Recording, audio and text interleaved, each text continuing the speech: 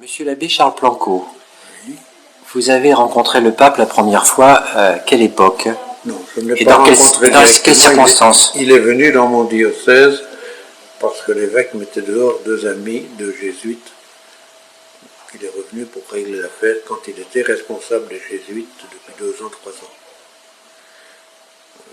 Après, j'ai correspondu avec lui quand il est devenu cardinal à Buenos Aires pour lui parler des recherches qui étaient faites à propos de mon ami Gabriel Longueville qui est assassiné là-bas avec son vicaire et son évêque, et puis avec les religieuses qui étaient dans ma paroisse, les religieuses Alice et Léonie, qui ont disparu.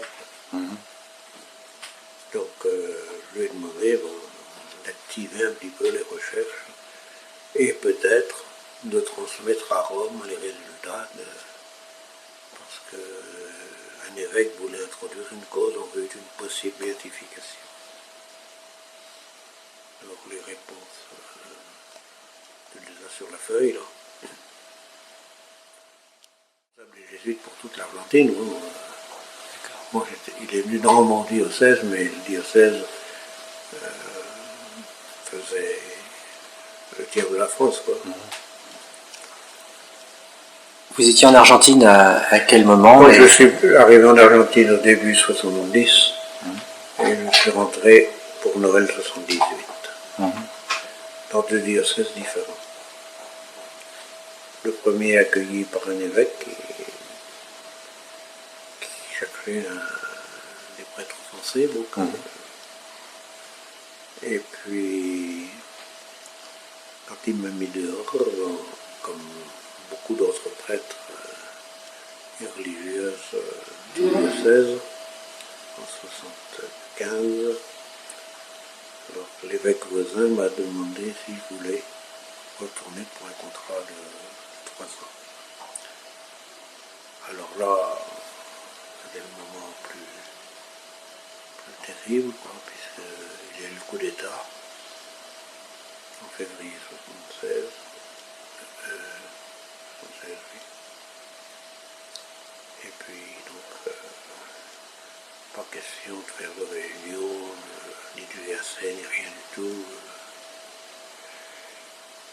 Simplement, présence, un contact.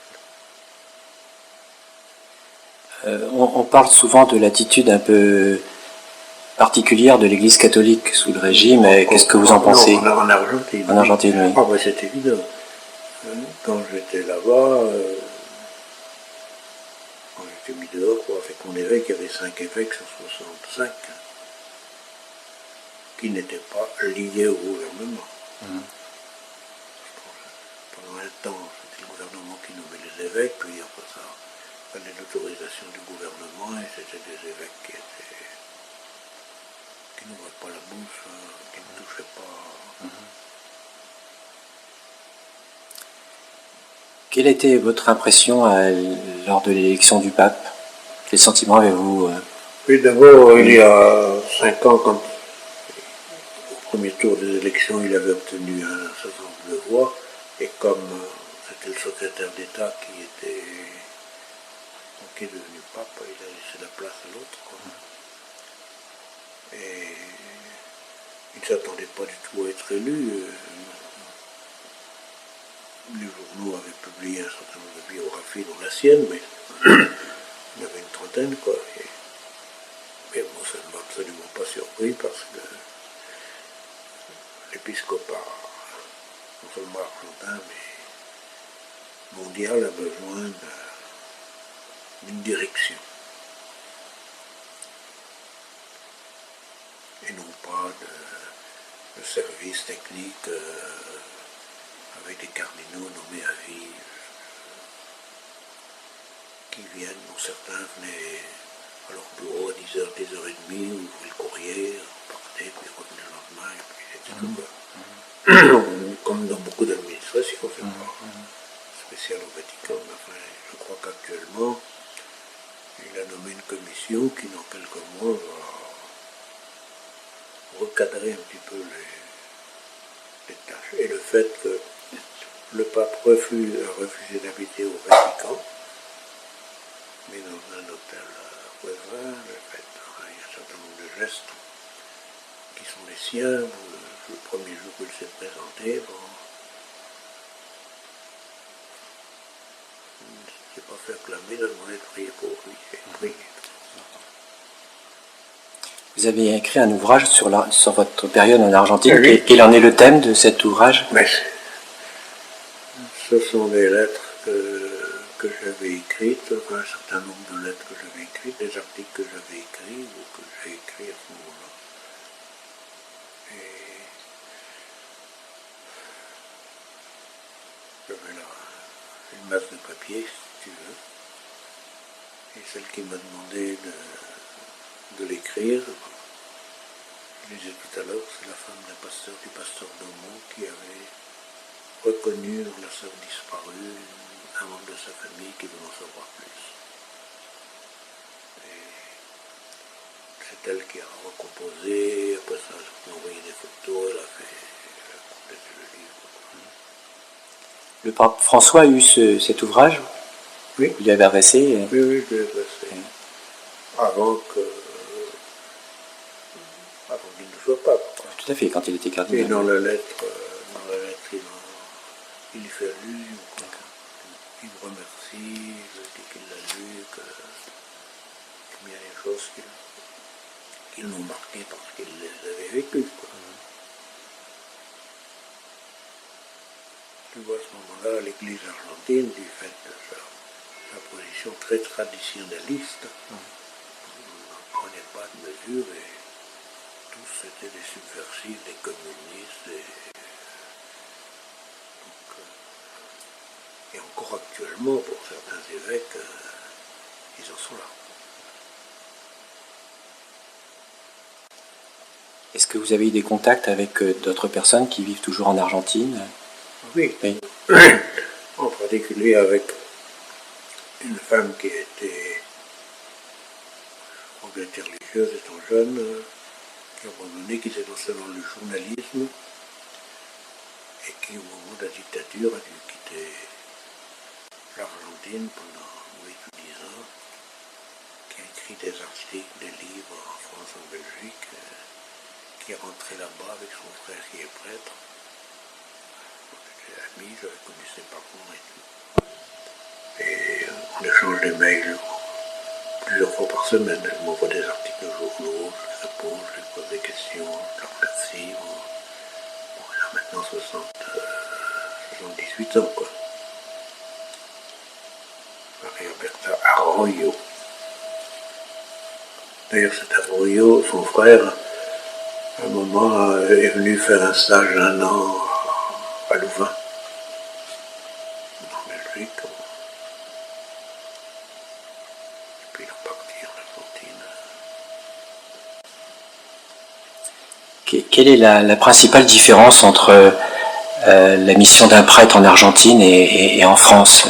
Quels sont les éléments les plus marquants? C'est énorme. Oui. En France, tu avais un curé à Bondigny, tu en avais un à Pusigny avec un vicaire, tu avais des quantités de prêtres. Tandis que là-bas, tu sors prêtre sur un diamètre de 100 km au départ, quoi. Tu vois donc. Et les 5 premières années, je baptisais en moyenne combien de personnes? Près de 900. Chaque année pendant 5 ans. Dans certains cas, la famille entière. Il n'y avait pas de prêtre, comment vous dites. Et les déplacements, jusqu'au moment où j'ai quitté les 5 premières années, tu n'avais que des chemins de terre. Tu n'avais aucun macadam. Alors évidemment, je sais que le premier curé qui est arrivé dans la paroisse où je suis allé, il était là 10 ans, Mais il y avait 24 ans que le village était organisé. Enfin, la population était montée à plus de 2000 habitants et quand je suis arrivé, elle a diminué à peu près à 1000 habitants, quoi. La plupart des maisons étaient vides. Parce que c'était des gens qui venaient pour la récolte du coton, puis après la récolte du coton, ils partaient pour d'autres travaux, débrayage. Et ils faisaient quelquefois des centaines de kilomètres, on les emmenait en camionnette et puis on les abandonnait quand le travail était terminé, quoi. Qu'est-ce qui vous a marqué le plus, qui a été une difficulté pour vous en Argentine? C'est d'être français, est-ce que vous parliez couramment la langue, bon, je l'ai préparée pendant 4 mois, quoi, avec une vingtaine de prêtres et de religieuses au Mexique. Bon, il avait fallu, après ça, quand on était tout seul, parler la langue, mais les gens du Nord, nous avons un accent qui n'est pas celui du Midi. Et pour l'espagnol, c'est pas facile. Quelle est la principale qualité des Argentins?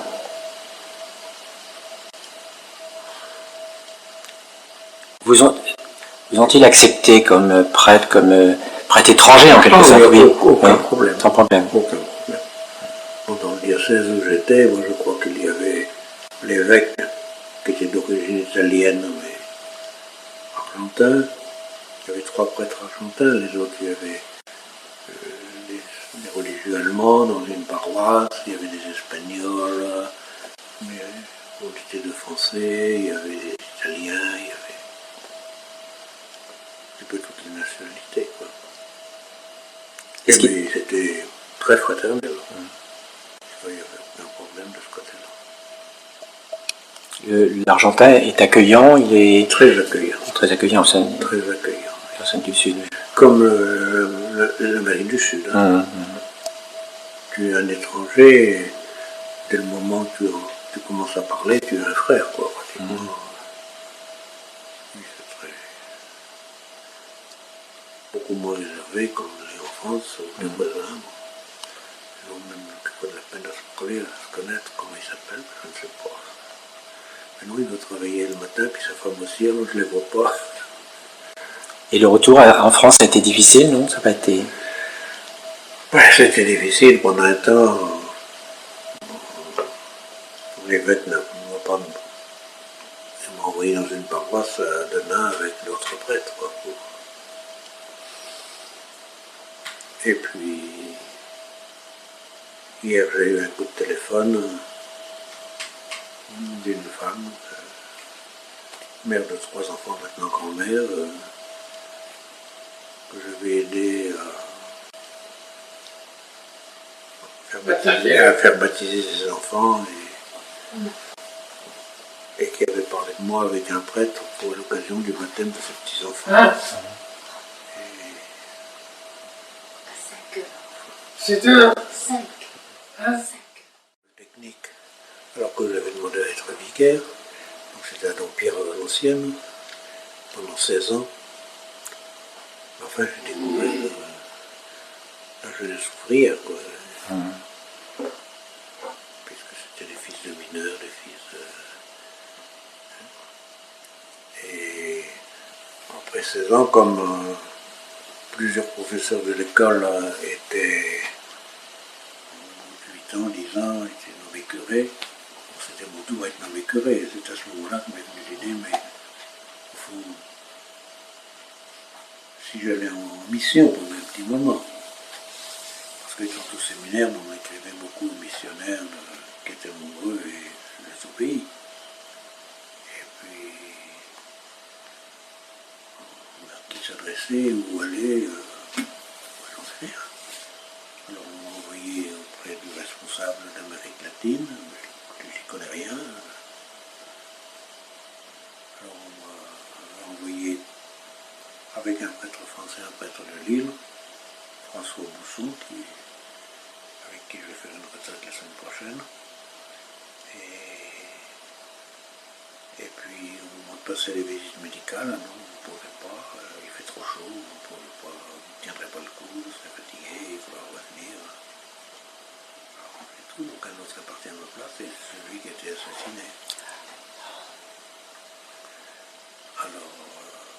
un temps, le prêtre à qui je correspondais me dit, bah, écoute, on va voir un spécialiste, notre docteur, un spécialiste. Donc là, on m'a envoyé chez un cardiologue que je ne connaissais pas. Et mon docteur dit, bah, c'est pas possible, moi je ne me suis jamais aperçu de rien. Et alors, on m'a envoyé chez un autre spécialiste qui a dit, vous avez un problème cardiaque, mais vous l'avez depuis votre naissance, il n'y a pas de problème. C'est-à-dire qu'au lieu de faire eh bien, au café,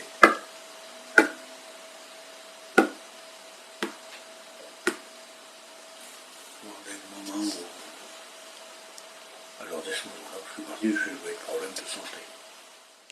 Et en Argentine, qui n'a pas été emprisonné. Même le délégué des Français, responsable auprès du gouvernement français qui était à Buenos Aires, a été emmené en prison avec ses vicaires et a été libéré quelque temps après sur intervention du cardinal. Mais pourquoi alors un beau jour, dans le journal, on a indiqué que j'étais emmené en prison. Parce que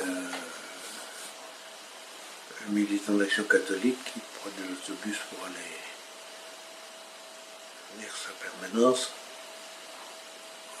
on lui a dit qu'une camionnette militaire était rentrée dans le presbytère, dans la cour du presbytère.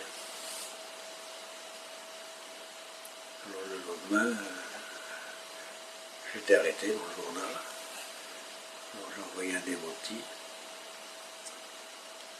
En fait, j'avais des amis qui habitaient à 200 km de là, et comme je partais, je rentrais en France, je ne pensais pas revenir au départ. J'avais un classeur, un grand classeur, quoi. Il dit, oh mais ça m'intéresse. Oui, mais je ne peux pas tourner. Ah ben on t'enverra quelqu'un. J'ai envoyé la police, je cherchais le classeur, quoi. Alors, en voyant la police rentrer chez moi, ben, ça y est, il est arrêté, quoi. Vous disiez toutes les messes que vous célébriez étaient surveillées, alors vous avez Toutes, tout le temps. pas forcément toutes, mais enfin, parce que je ne connaissais pas tous les gens qui étaient là. Mais un certain nombre, oui. Et que craignaient les autorités, à votre avis? Qu'on soit des subversifs. Hein. Des subversifs, c'est-à-dire que l'on prépare ou l'on soutienne une révolution, une révolte, ou que c'est. Ce qui ne s'est jamais produit, mais enfin. Et le général Videla qui vient de mourir, hein, vient de mourir en prison, bon, je lui ai écrit, j'ai jamais eu de réponse, parce que, alors qu'il n'était que capitaine, il avait les sœurs des missions étrangères qui sont venues dans le quartier. Et sa femme faisait partie du comité d'action catholique. Donc, il se Alice Lomont, qui est disparu, bon, a été invité avec les autres à aller prendre du café chez Videla. À ce moment-là, bon, c'était dans les années, je sais pas, 62, avant 70, quoi. Et par la suite, bon, quand le prêtre était enlevé, ou la religieuse,